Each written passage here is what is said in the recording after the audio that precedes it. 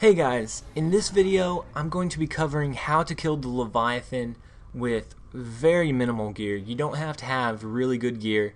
The only thing that is required is you have a shield big enough to survive and a rocket launcher that has a good amount of damage.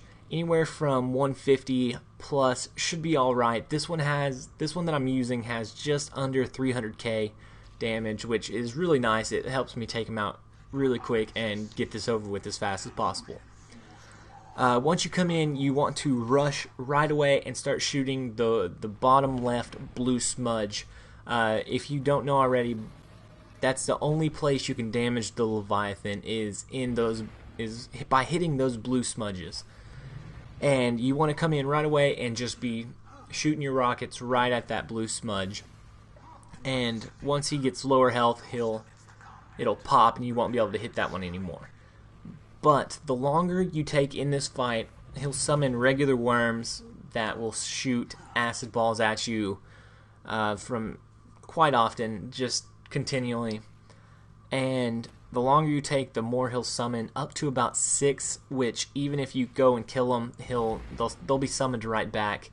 And so it's just a huge hassle if you take a long time in this fight to actually try and take down the Leviathan while dealing with those worms. But if you hurry and you go really quickly like I'm doing here with the rocket launcher, you should only have to deal with 1, maybe 2 by the time you pop that bottom left blue smudge. And 1 or 2 is not too bad, but 6 acid balls coming at you at the same time is pretty annoying, to say the very least. Once you pop his bottom left smudge, he'll go into like this frozen, stunned, dazed state, and he'll give you a free shot at one of his eyes. Whichever one he's tilting towards, I believe it's his right one first, most of the time, maybe all of the time. You have a couple of seconds where he's stunned to shoot a rocket at that eye, and if you hit it, it's going to pop and he's going to be re-stunned, but if you miss, he's going to be moving around and you'll have to hit it while he's moving, which is a little bit more tough, but it's still doable. Once you pop that eye, it rinse and repeat for the other eye. He'll go into a stun state. You hit that one, and then after you pop both of his eyes and his bottom left smudge, he won't attack anymore, but he'll summon 5 or 6 regular worms regardless of how long you've been in the fight. You have to take those guys out, and then he'll summon 2 individual queen worms, as you're seeing me take down right here. They're not too terribly tough. They have quite a bit of life, but their acid balls are fairly easy to dodge one at a time. If there was multiple, it might be a little bit more tough, but you can usually dodge their acid balls fairly easily. So for that part, I recommend having a different method other than a rocket launcher to take those guys down, just in case you miss a blue smudge a few times, or you've got downed and you have to get yourself back up off of a worm by shooting a rocket at him really quickly.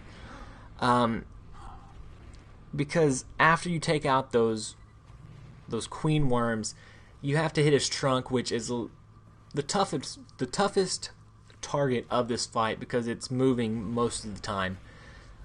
You have to watch for whenever he bends down, picks up a rock with his trunk or his neck or whatever that is. I guess it's his head. It looks like a snake head, actually. Whenever he does that, he'll throw it and then he'll hang in the air for a few seconds, giving you time to aim and shoot at that dot in the middle of his neck. And you have to hit it 2 times with around a 300k rocket launcher, and then once you hit it 2 times, he'll be downed.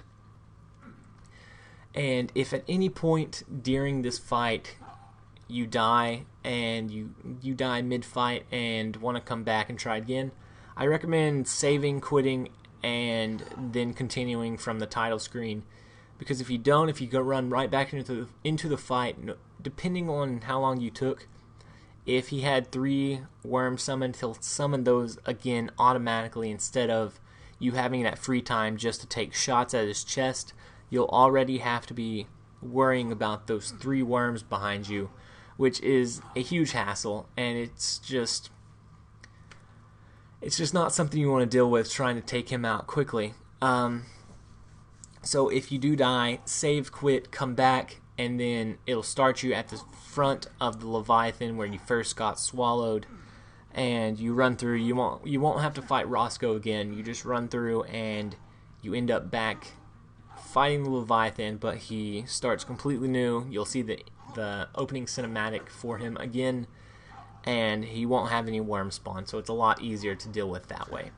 Once you kill him, you get access to the treasure room, which has a lot of blues, a lot of purples, a lot of greens, a lot of whites, and the middles are mainly the blues and purples, and then the outside are usually green and whites, and just regular chests.